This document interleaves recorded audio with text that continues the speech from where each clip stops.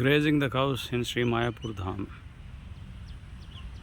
గోవుల్ని మేపడానికి తీసుకెళ్తున్నాం పచ్చిక బయళ్ళలో.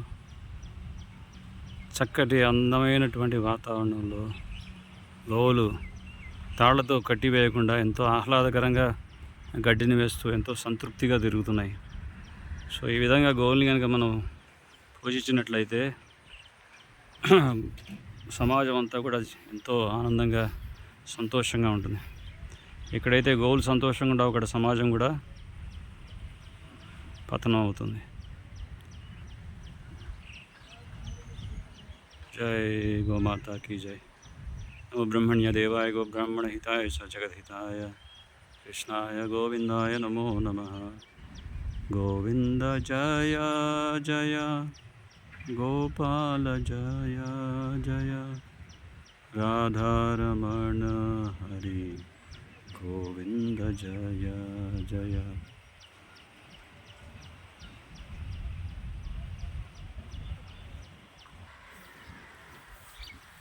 హరే కృష్ణ.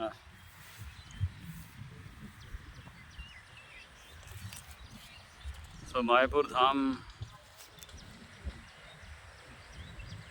అద్భుతమైనటువంటి మందిరం.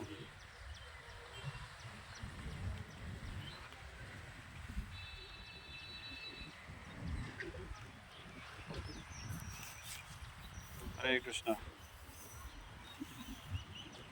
భగవంతుడు కృష్ణుడికి చాలా అత్యంత ప్రియమైనటువంటిది గోవు.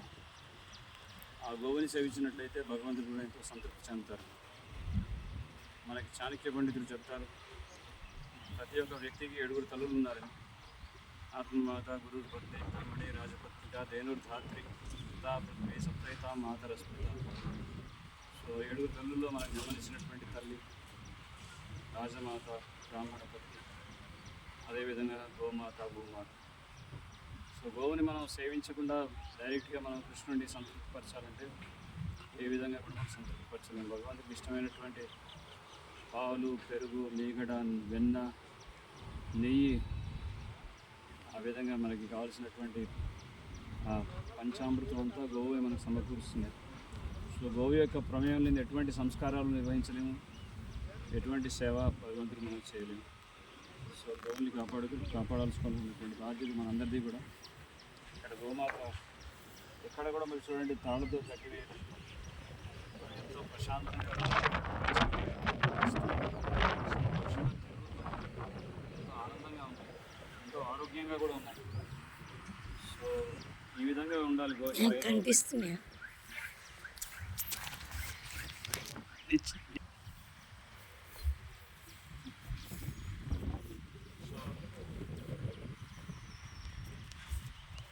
గోమాత.